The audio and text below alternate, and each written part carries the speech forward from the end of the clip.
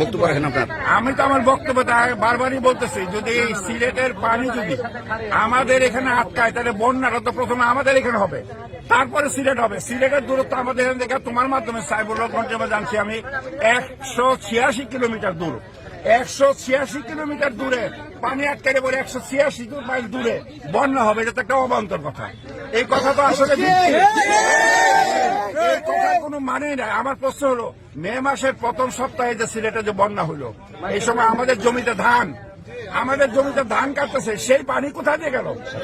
সেই পানিতে এদিকে যায় নাই, তাই পানি আমাদের এদিকে যায় না। আমি পরিষ্কার ভাবে বলতে চাই, আসামের পানি যাবে সিলেটের ভিতর, সিলেট থেকে। আর আমাদের এখানে পানি আসবে মেঘালয় থেকে। মেঘালয় বন্যা হলে আমাদের এখানে বন্যা হবে। আসামের বন্যার সাথে আমাদের কোনো সম্পর্ক নাই।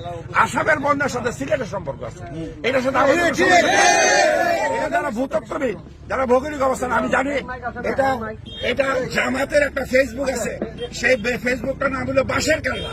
সেই বাঁশের কেল্লা থেকে বেশিরভাগ এই সমস্ত রাজধানী অপপ্রচার, এবং তার বিরুদ্ধে ব্যবস্থা নেওয়ার জন্য আমি আইনানুগ ব্যবস্থা নেওয়ার জন্য সরকারের প্রতি আহ্বান জানাবো।